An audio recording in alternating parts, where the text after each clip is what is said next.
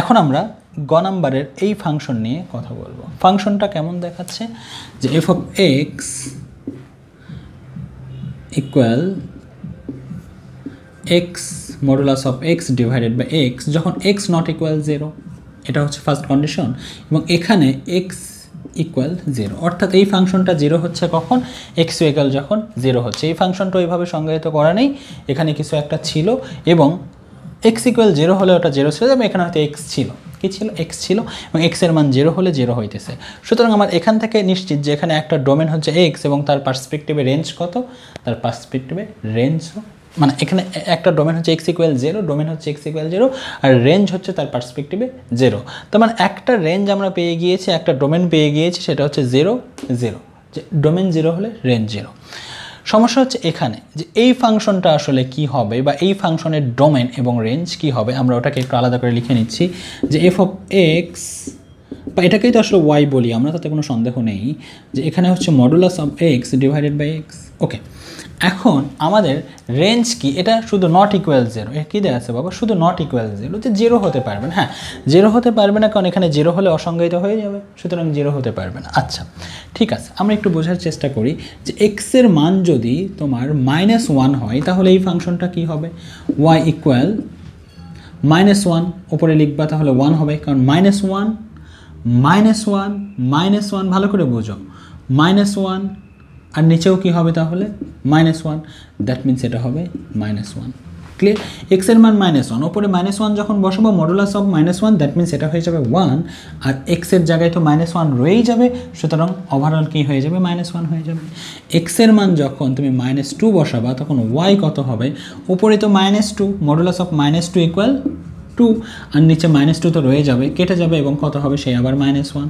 আবার এক্সের মান যদি তুমি -3 বসাও তাহলে কত হবে, ওপরে মডুলাস অফ -3, দ্যাট মিনস হবে 3, এবং নিচে হবে -3, দ্যাট মিনস হবে -1।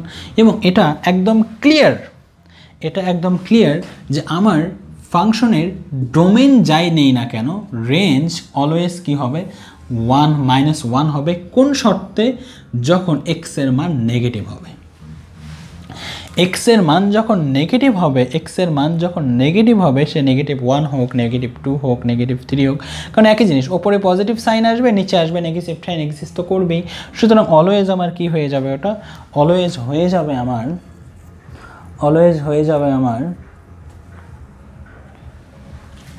-1। ওকে, এখন যদি আমি পজিটিভ সংখ্যা নিয়ে কাজ করি সেক্ষেত্রে কি হবে, অর্থাৎ যদি এক্স ইকুয়াল তোমার 0-র জন্য তো এই ফাংশন ছিলই, রাইট। এক্স ইকুয়াল সাপোজ 1 যদি হয় তাহলে ওয়াই ইকুয়াল কত হবে, 1 divided by 1, that means 1।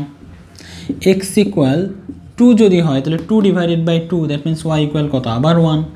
X equal 3 যদি হয় তাহলে 3 ডিভাইডেড বাই 3, ওয়াই ইকুয়াল আবার কত, সেই 1। তার মানে আমার যদি পজিটিভ সংখ্যা বসাই সেক্ষেত্রে আমার অলওয়েজ কি আসবে, 1 আসবে, আর নেগেটিভ সংখ্যা যদি বসাই অলওয়েজ আমার -1 আসবে, আর এখান থেকে 0টা ইনক্লুড হয়ে যাবে। এখান থেকে দেখবার বিষয় যে ফাংশনের ডোমেন কত। ফাংশনের ডোমেন হচ্ছে তোমার সবগুলো বাস্তব সংখ্যা, রাইট, সবগুলো বাস্তব সংখ্যা। ফাংশনের ডোমেন কি, এভাবে লিখতে পারি, এক্স বিলংস টু আর, এভাবে লেখা যেতে পারে। Okay, x such that x belongs to R, এভাবে তুমি লিখে দিও, এক্সের মানটা কি হবে, বাস্তব সংখ্যার মধ্যে থাকবে। এক্স সাজ দ্যাট এভাবে লিখতেই পারো, এমনিও লিখতে পারো, এক্স সাজ দ্যাট এক্স এমন যেন, কেমন যেন বাবা, এক্স বিলংস টু আর, এক্সটা আর এর মধ্যেই থাকবে, এক্স বিলংস টু আর, এক্সটা আর এর মধ্যে থাকবে। অর্থাৎ এক্স যে কোনো বাস্তব সংখ্যার জন্যই এই ফাংশনটা সংজ্ঞায়িত হবে, এক্সের যে কোনো বাস্তব মানের জন্যই তুমি এখানে কি পাবা। তুমি যদি এখানে √2 -√2 বসাও, এখানেও √2 বসাও, তাও কি হবে, -1ই হবে। এখানে -√3 বসাও, √3 বসাও, তাও হবে। ক্লিয়ার, আমার কথা কি বোঝা গিয়েছে, কোনো ডাউট এতটুকুতে? তো যে কোনোটার জন্যই কিন্তু আসলে হবে, কিন্তু ফাংশনের রেঞ্জ কত হবে, ফাংশনের রেঞ্জ কত হবে। ওকে, এটা তো আসলে আমাদের ডোমেন, যে কোনো ডোমেন আমরা বসাতে পারি। ফাংশনের রেঞ্জ কত হবে, ফাংশনের রেঞ্জ হবে, যদি আমরা রেঞ্জের কথা ভাবি, রেঞ্জ হবে 1 -1 0 to 1, এটাই হবে আমাদের আসলে ফাংশনের রেঞ্জ। অর্থাৎ তুমি ডোমেনের ভ্যালু যাই বসাও না কেন, তুমি যদি -55ও বসাও তারপরে রেঞ্জ কত হবে, -1 হবে। তুমি যদি ডোমেনের ভ্যালু পজিটিভ 55-এ বসাও তারপর রেঞ্জ কত হবে, 1-ই হবে। আমরা একটু আগেই সেই ব্যাপারগুলো দেখেছি। এখন কথা হচ্ছে এই ফাংশনের গ্রাফটা কেমন হবে। এই ফাংশনের গ্রাফ নিয়ে একটু চিন্তা করতে হবে। ফাংশনের গ্রাফ একটু ভিন্ন রকমের, ফিজিক্সের গ্রাফের মতো করে চিন্তা করলে কিন্তু এখানে চলবে না। ওকে, গ্রাফ একটু আলাদা এটা, ঠিক আছে। আমরা এটাকে বললাম positive x, positive y, negative x, negative y, negative y, y prime. আমরা 1 2 3 4 5 6 1 2 3 4 5 6 1 2 3 3 4 5 6 একের দিকে নিলাম 1, একটু বেশি কাছে নেওয়া হলো না, আমরা তো জানি যে ভ্যালু কম আসবে। আচ্ছা সাপোজ যে এটা এক্স, এটা 1, ওকে, এটা কি পজিটিভ 1, এটা কি নেগেটিভ 1। আমরা তো জানি যে ভ্যালু -1 আর +1 এর চেয়ে বাড়ছে না, এটা তো আমরা জানি, তাই না? তো যখন ভালো করে বোঝো, এক্সের ভ্যালু যখন -1 হবে, ওয়াই তখন কত হবে, ওয়াই হবে -1। এক্সের ভ্যালু যখন -2 হবে, ওয়াই কত হবে, -1। এক্সের ভ্যালু যখন -3 হবে, ওয়াই কত হবে, -1। একটু আগে দেখেছি এক্সের ভ্যালু যখন -4 হবে, ওয়াই কত হবে, -1। তো মাইনাসগুলোর জন্য আমরা যদি কাজ করি, এক্সের ভ্যালু একটা তো আগে ছিলই, এক্স ইকুয়াল যখন 0, ওয়াই ইকুয়াল তখন 0, তার মানে প্রথম পয়েন্ট কোথায় আসবে, এখানে আসবে। এক্স যখন 0, ওয়াই তখন 0। দ্বিতীয়টা কি, এক্স ইকুয়াল যখন -1 তখন ওয়াই ইকুয়াল -1, তাহলে এক্স ইকুয়াল যখন -1 এই পয়েন্ট, ওয়াই ইকুয়াল কত, -1, তার মানে এই পয়েন্ট। ক্লিয়ার, কোনো ডাউট? এক্স ইকুয়াল যখন -2, ওয়াই ইকুয়াল কত, -1, তাহলে -2 আবার কোথায় হবে, এই পয়েন্ট। ক্লিয়ার, এক্স ইকুয়াল যখন -3, ওয়াই ইকুয়াল কত, -1, তাহলে এই দিকে আসো -3, এই দিকে আবার সেই কত, 1। এক্স ইকুয়াল -4, ওয়াই কত, -1, তাহলে এক্স ইকুয়াল এই যে -4, ওয়াই ইকুয়াল 1। তবে এখানকার গ্রাফ কেমন হবে, এরকম হবে গ্রাফ এটা। ক্লিয়ার? আবার যেন এরকম করে দিও না। এরকম করে দেওয়ার মানেটা কি বলো তো? এরকম করে দেওয়ার মানে হচ্ছে এক্সের ভ্যালু একটু বাড়লে ওয়াইয়ের ভ্যালু এদিকে একটু বাড়বে। ভালো করে বোঝো, আমরা যখন ফিজিক্সে এইভাবে একটা গ্রাফ আঁকি যে এটা এস, এটা টি, এবং এই যে পয়েন্টগুলো আসছে এইভাবে যে পয়েন্টগুলো আসছে আমরা সুন্দর করে এভাবে দিয়ে দিই। এর মানেটা কি? এর মানে হচ্ছে টি এর একটু বৃদ্ধির জন্য এস এর একটু বৃদ্ধি থাকবে, টি এর একটু বৃদ্ধির জন্য এস এর একটু বৃদ্ধি থাকবে, টি এর একটু বৃদ্ধির জন্য এস এর একটু বৃদ্ধি থাকবে, টি এর একটু বৃদ্ধি এস এর একটু সময় গেলে একটু সরণ হবে। সুতরাং এই প্রত্যেকটা পয়েন্টে কিছু না কিছু মান পাওয়া যাবে। কিন্তু এখানে কি তা হচ্ছে? এখানে এক্স এর ভ্যালু যদি -55 হয়, ওয়াই এর ভ্যালু কত হচ্ছে, -1।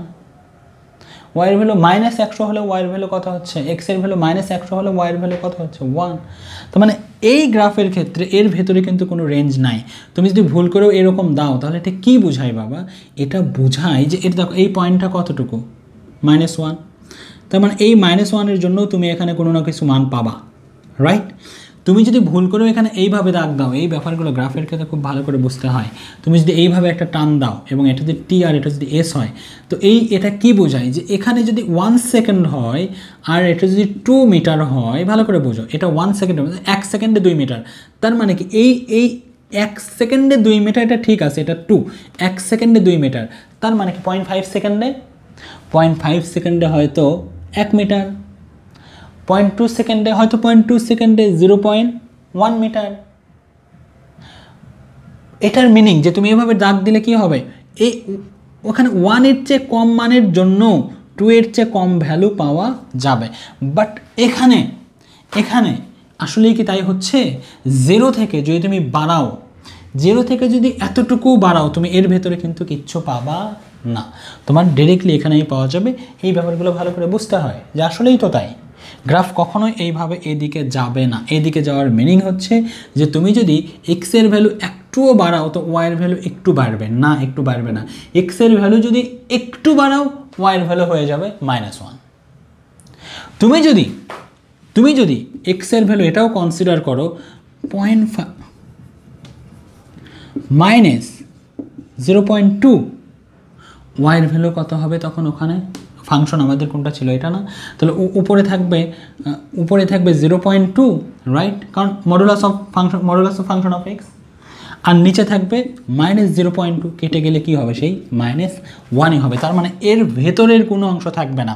এখানে 1, তার মানে এর ভেতরের অংশ কি, বা এই পয়েন্টগুলো, এই রেখার এই পয়েন্টগুলো কি 1, এই পয়েন্টগুলো কি 1 নাকি 1-এর চেয়ে কম, 1-এর চেয়ে কম। কিন্তু তুমি যদি এক্সের ভ্যালু 0 থেকে একটুও বাড়াও, সেটা কিন্তু 1-এর চেয়ে কম হবে না, বরং কী হবে, ডিরেক্টলি 1ই হবে। সুতরাং তোমার এই অংশের মধ্যে কোনো গ্রাফ বা কোনো রেখা তুমি পাবা না। সুতরাং এই যে গ্রাফের যে ব্যাপারগুলো, এই গ্রাফের ব্যাপারগুলো খুব মনোযোগ সহকারে বোঝা উচিত, তোমাদের খুব মনোযোগ সহকারে শেখা উচিত। আমার কথা কি বুঝতে পেরেছেন আপনারা? বোঝেন? এগুলো বুঝতে হবে, আমার মনে হয় বোঝেন। তো এক্সের ভ্যালু যখন একইভাবে আমরা 1 বসাবো, 2 বসাবো, 3 বসাবো, এক্সের ভ্যালু 1 হলে 1 হবে, এক্সের ভ্যালু 2 হলে 1 হবে, এক্সের ভ্যালু 3 হলেও 1 হবে, একটু আগে দেখেছি। এক্সের ভ্যালু 4 হলেও 1 হবে, এক্সের ভ্যালু 5 হলেও 1 হবে। তো এটা হচ্ছে সেই গ্রাফ। ওকে, ক্লিয়ার? তার মানে আমাদের গ্রাফ হচ্ছে এই ফাংশনের জন্য f of x equal modulus of x divided by x, এই গ্রাফের জন্য বা এই ফাংশনের জন্য আমাদের এটা হচ্ছে আসলে গ্রাফ। ক্লিয়ার বাবা? এই যে এই একটা রেখা, এই একটা রেখা। সুতরাং এই ব্যাপারগুলো খুব ভালো করে তোমাদেরকে বুঝতে হবে। আমি আমার জায়গা থেকে বোঝানোর চেষ্টা করলাম। ওকে, আল্লাহ হাফিজ।